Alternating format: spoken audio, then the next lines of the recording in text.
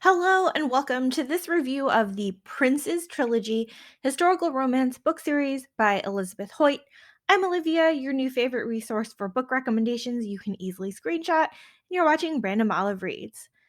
We start with The Raven Prince, which is book one. We have an impoverished widow from the village, Anna, who takes a job as the local grumpy earl's secretary. Edward, the current Earl, has survived but is scarred from a smallpox outbreak that killed his whole family. So the first half of the book moves pretty slowly with our two people getting to know each other, conversing about the land, etc. And as their attraction for each other grows, Edward seeks a little time off at a brothel in the city to kind of work out his lust. Anna somehow schemes to hide her identity and have him bed her instead of courtesan. With their differences in social class and Edward's desire to have children, marriage it seems impossible between these two, especially since Anna had been married before and she had never had children at that marriage. Every so often, we'll see the point of view of other characters in the story, like the estate steward, the squire's wife, and some hired busybody. It adds some interesting perspectives to the overall plot, and then we can kind of read about the potential pitfalls and schemes from outsiders. Now, with Anna's big secret of having hidden her identity at the brothel, we're just waiting for the fallout and the angst that'll come with it. Next up, we have The Leopard Prince, which is book two. It's sort of loosely tied to the previous book because Harry is one of Edward's friends that we see briefly mentioned, but it pretty much stands alone. We start right away with a carriage accident and Lady Georgina and her land steward Harry being stranded in a rainy downpour on the way to her estate. Georgina is a spinster sister to an earl and owns her own land and estate outright from an inheritance from her aunt. Now, Georgina and Harry don't know each other very well, and he's only worked for her estate for a few months.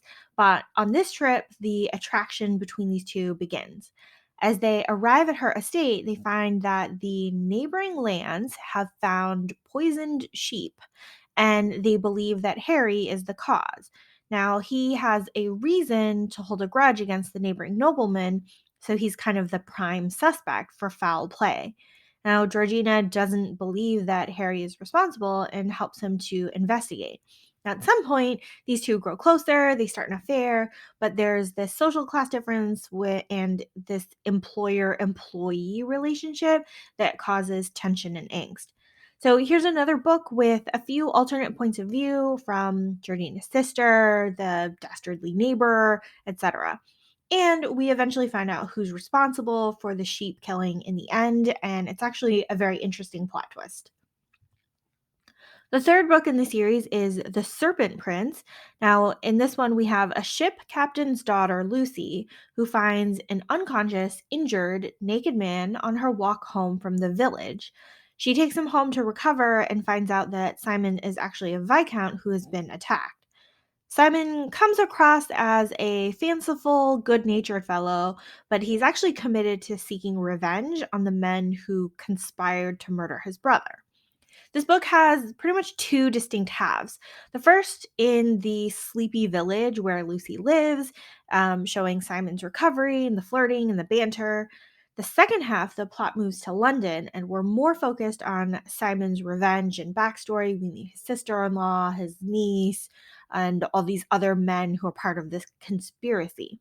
Now, while Lucy and Simon are very much attracted to each other and need each other, they both have to deal with Simon's kind of vengeance and unraveling those motivations and is he like a good person or a bad person, etc. I liked reading about all the drama and intrigue and kind of all those gory duels.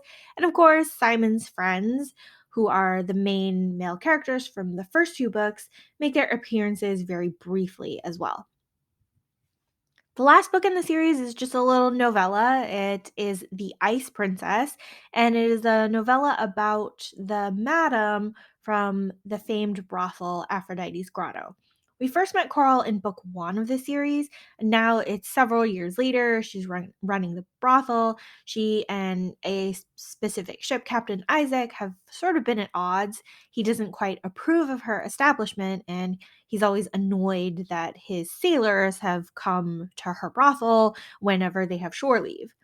Um, she also is annoyed with him because it's like, why are you like immune to all the charms of the people in this place?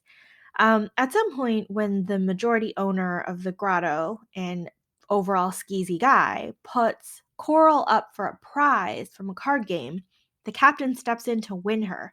And they're scheduled for 7 nights together. And over those nights, they slowly get to know each other, conversationally at first, of course.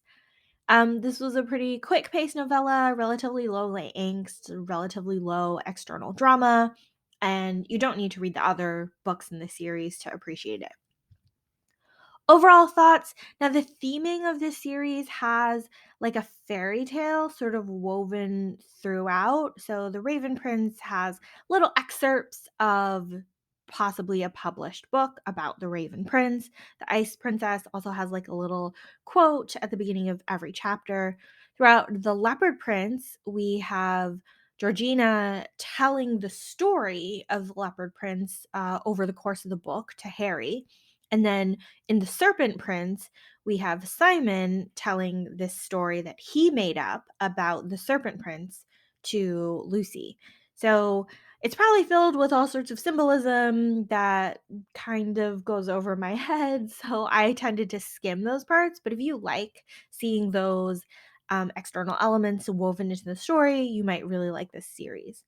Um, the events of this series, they kind of go one after the other chronologically, but they're fairly loosely connected. The characters only interact or overlap a little bit, so you definitely can read each story on its own. The very small instances are really just the guy friends hanging out, maybe one meeting, two meetings here or there, but very, very brief. All right, well, thank you so much for watching this video. Links to all of the books are in the description box. Like and subscribe so you don't miss future videos, and you can follow me on Instagram at randomolive.